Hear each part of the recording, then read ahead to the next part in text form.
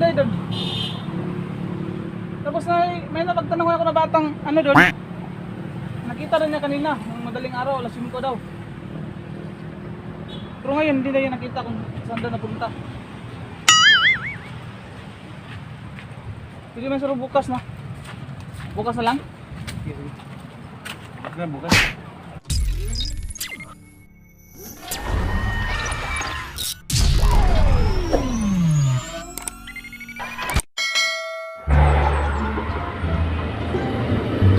Hello guys!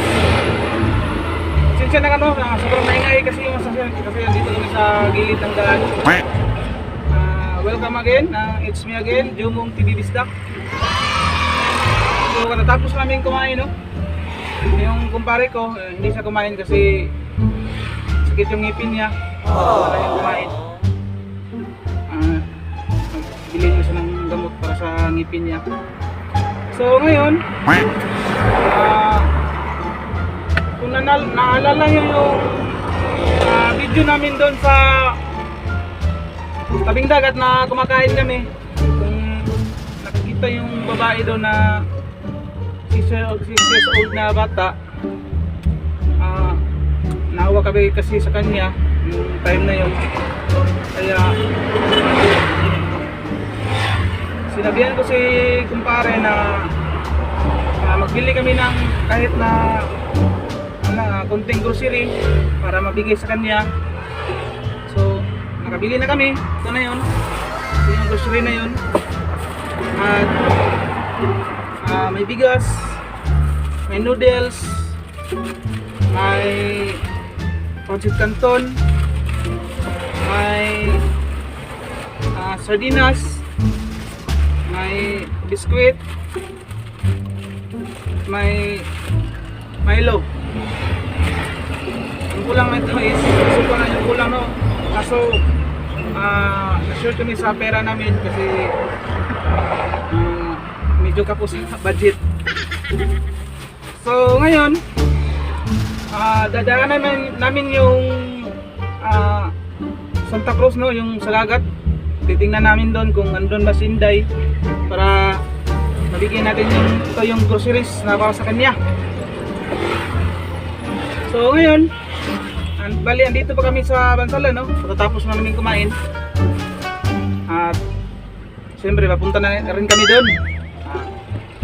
So sige na lang mamaya doon kung andun ba talaga si Inday, no? Okay, let's go! A few minutes later. So ngayon guys,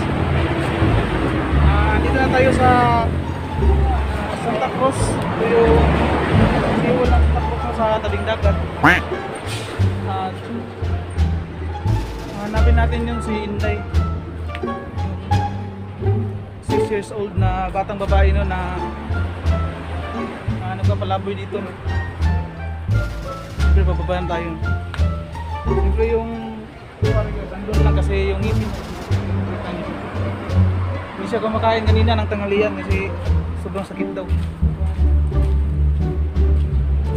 So si Inday ay nasaan?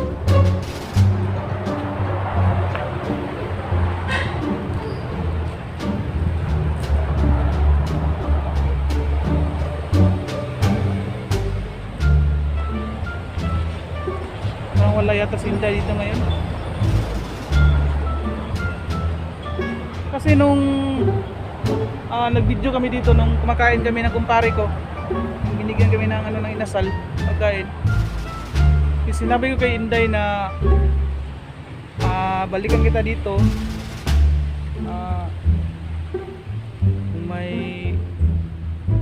pera makasahod ako, balikan kita dito, bilang kita ng damit. Pero ngayon yung dala ko muna is yung grocery lang muna para kay Inday, para may mabigay naman tayo sa kanya kasi nawa talaga ako. Dong! Kilala mo yung bata na babae dito, yung maitim? Wala? Inday yung pangalan, Inday. Hindi mo alam? Yung ano yung buhok niya? Yung hindi mahaba yung buhok niya, yung ano lang.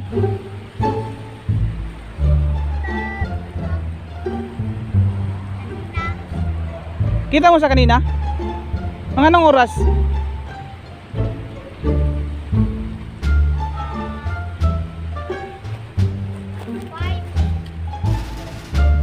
Alas 5 ng madaling araw. So andun siya ngayon, doon.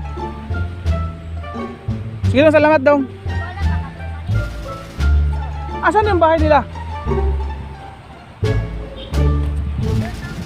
Doon? Tabing dagat? Sige, salamat dong, salamat.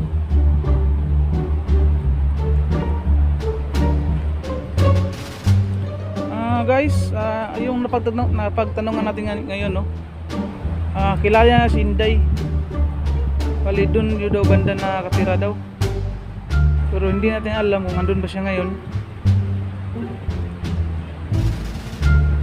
O medyo malayo rin kung lalakarin natin, no?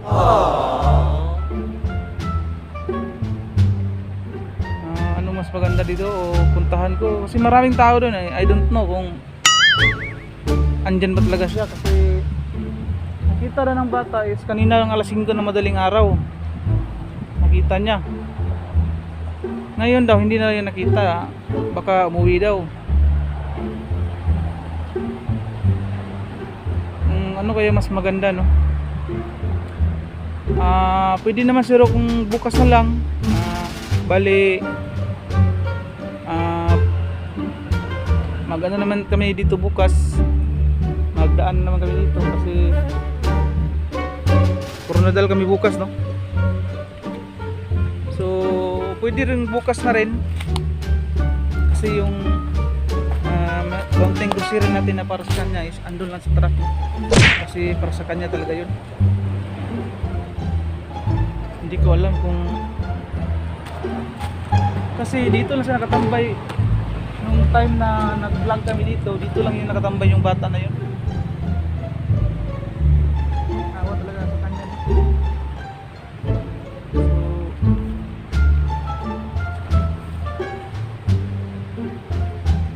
Siguro pwede naman bukas na nga. Muli natin sa dadaanan dito, no? Sige, bukas na lang kasi medyo malayo rin yung puntahan natin doon. Hindi tayo sure kung andyan na siya. Maraming tao banda doon. Siguro bukas, kung umaga kami makauwi bukas, punta talaga siya doon. Kasi ngayon is bandang hapon na kasi. Tapos may loading pa kami mamaya. Basta para kay Inday yun.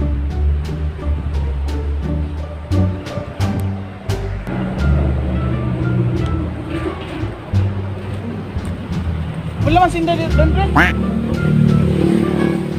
Wala si Inday doon. Tapos may napagtanong ako na batang ano doon. Nakita rin niya kanina, madaling araw, alas 5 daw. Pero ngayon hindi na yun nakita kung saan doon napunta. Sige, may saro bukas na. Bukas na lang? Sige, bukas. So ngayon guys, bali wala si Inday ngayon, no? Kasi andun na sa bukid, no? Napagtanungan tayo mga bata dito na bahay nila. Yung isa nga, binigyan ko ng 5 piso para sa kanya na bukas ng tanghali. So pagkatapos ng